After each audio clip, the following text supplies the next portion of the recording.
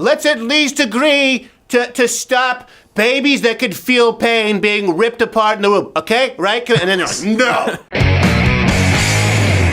So the segment I want to get into before, now people saying, are you going to talk about the Green Deal, the Green New Deal? I didn't have time to read through all of it before this show. It does seem pretty insane. And it does lead me to the point that I do want to discuss tonight, why I believe that President Trump is going to be reelected. And the main reason for this is that Democrats keep giving him gifts. They wonder, like, how he won in the first place. You hear that a lot. Yeah. Like, how did Donald Trump, how could he have possibly won? And how could he possibly win again? I'll tell you exactly how.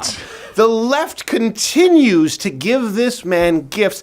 He really is. There's like a Chauncey Gardner effect. He's not necessarily doing everything right. They're just doing everything wrong. And he looks brilliant by comparison. So I do think that the State of the Union, which occurred this week, showcased exactly what I'm talking about, just how far left the DNC has gone. And by the way, this is something that's important to note. 76%? 76% of Americans approved of the speech.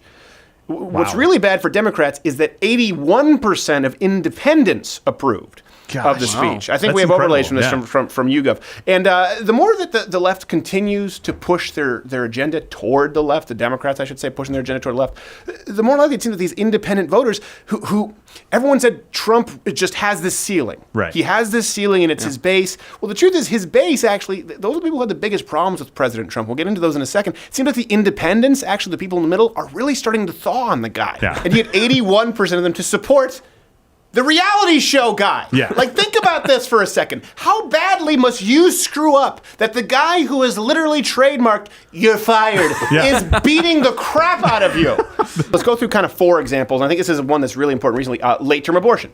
So here's a clip where President Trump called for legislation to end the late-term abortions, and he mentions Northam's discussion of killing babies after birth. This is an important clip for people to see. Here you go. Yeah. To defend the dignity of every person, I am asking Congress to pass legislation to prohibit the late-term abortion of children who can feel pain in the mother's womb.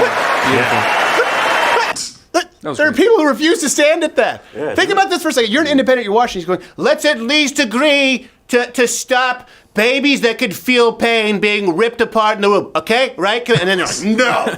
You're going to sit on your hands for that? Yeah. Do you have any idea how the optics look? And here's something that's really important. I think maybe you guys aren't necessarily, because you weren't really like political junkies in the last election, and I know you'll vote in the next election, but Trump, by the way, was pro-choice. Yeah. Up until he ran as a Republican effectively. And conservatives were really leery of him because of that, right? Yeah, we didn't think he was conservative. They didn't think he was conservative. No. And so Donald Trump found himself in a pickle in the primaries, particularly because he had to appeal to his base, the conservatives. He had to prove to them that he was pro-gun, that he was pro-life, while still appeasing moderates. And that's hard to do when they think that you can't win over either of them. Now, again, the Democrats have given him a gift, and that he can now appeal to his pro-life base and even to moderates who just don't want to see babies being born alive killed. All he has to say is, hey, a 40-week-old baby being chopped to the head, bad. And he wins everyone who's not Cortez.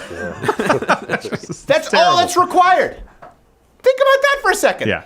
All the Democrats had to do was say, hey, most Americans are relatively pro-choice because it's a term that we created to trick them, and some of them are stupid. So let's go with that. And instead they said 40-week abortions, right? 40 weeks? And Donald Trump was, I'm calling your bluff.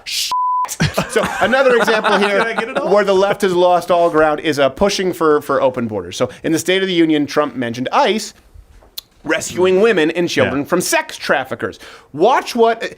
Ocasio Nina Pinta Santa Maria Cortez refuses to clap for this. Here's the clip. More than 1,500 sadistic traffickers have been put behind bars.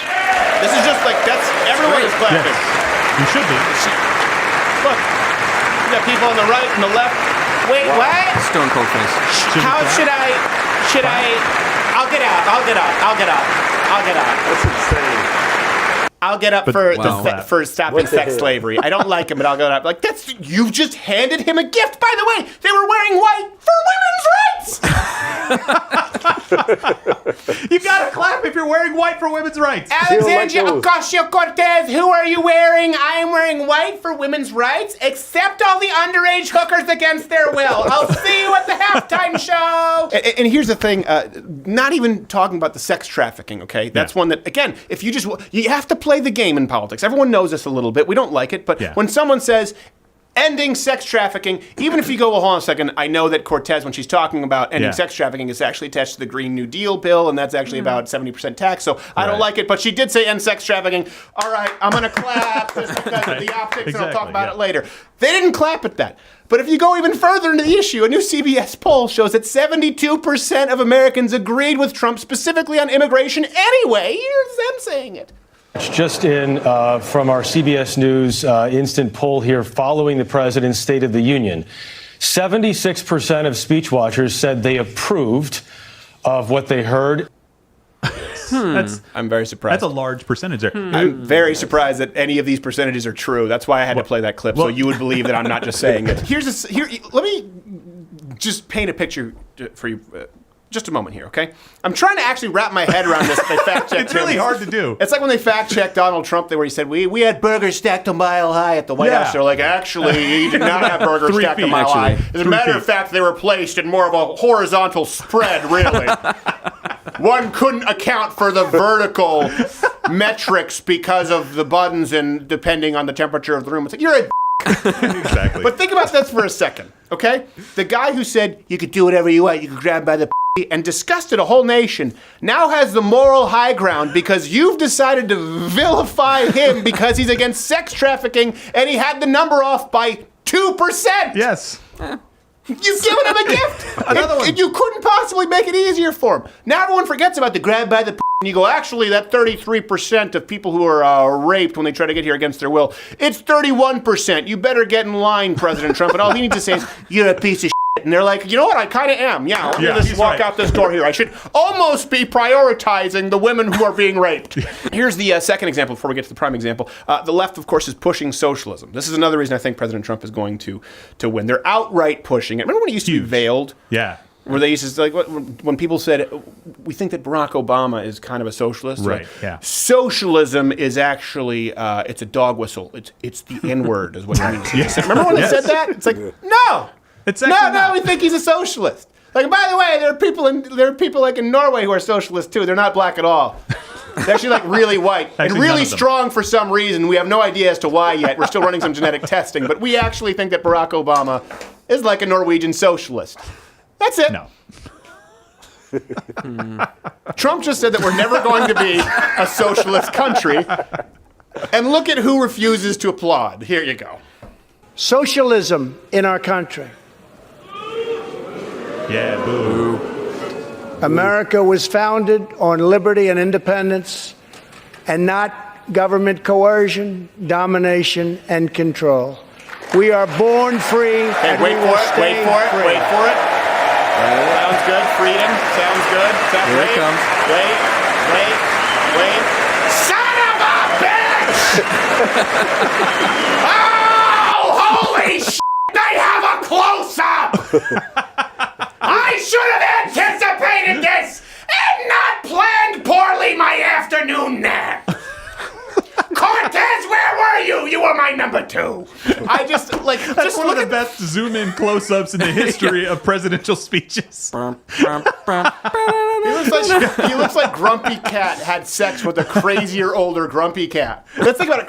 The stars of the Democratic Party: Bernie Sanders and Ocasio, Nina Pinta Santa Maria Cortez. These are the stars. Yeah. They're actual socialists. She actually thinks that she's going to pass some kind of 70% tax. I don't know. Gosh. She explained it somehow. The notion of socialism to that particular regime, what do you think about the president, why he did that?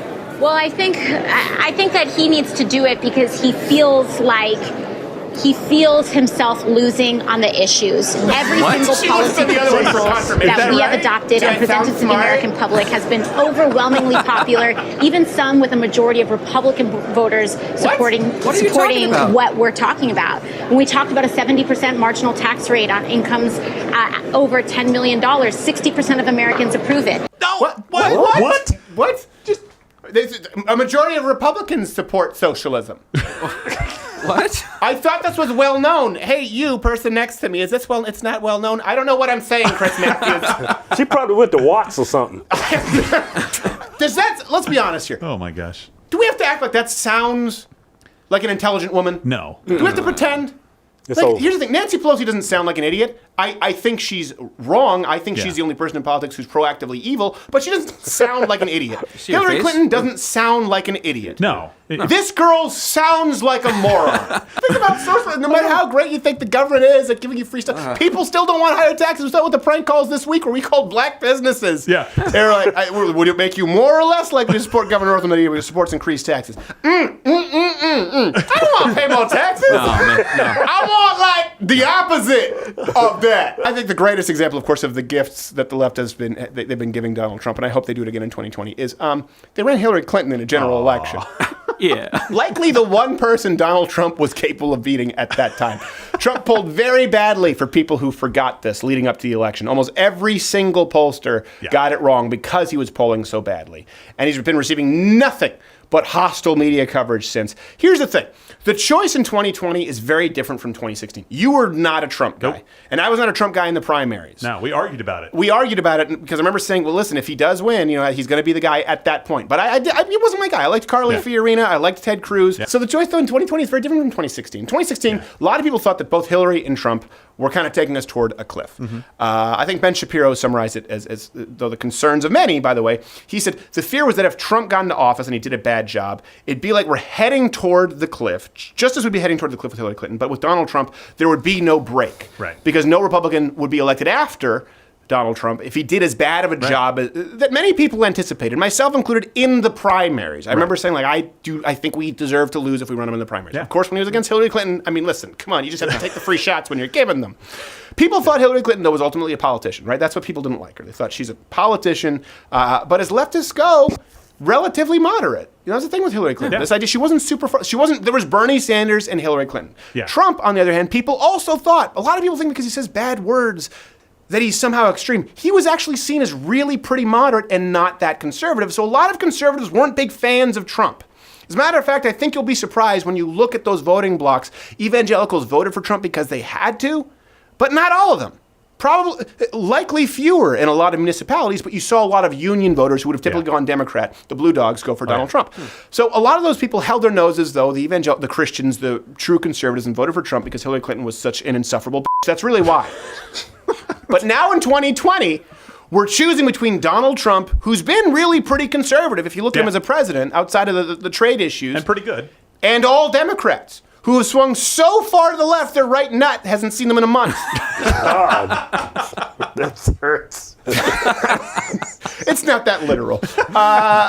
We know they want abortion up to 40 weeks, 70% tax rates, as you just saw, completely socialized healthcare. They want to destroy our economy on principle versus Donald Trump, who has done well by nearly all metrics available to us at this point, besides tweeting mean words, some of which are misspelled, let's be honest. But outside of that, he's done pretty well. The choice in 2020, when they say it's stark, we think there's a stark contrast between the Democrats and Donald Trump. It is. But in a positive way for Trump, because these gifts that the Democrats keep giving him. So when Republicans say that we need to be more moderate, this is something people have to hey, listen, we need a more moderate Republican Party. We need to come to the middle. I go, hold on a second. Look how far the left is going. Don't stare a gift horse in the mouth. Okay, if you like this video, you watch videos on YouTube. If I were Jimmy Kimmel, if I were Stephen Colbert, or Trevor Noah, I would tell you to subscribe. But I have no corporate overlords who demand that I do this demeaning promo. I do the demeaning promo because I choose to. Subscribe or hit the notification bell because I need you. I need you. Please do it.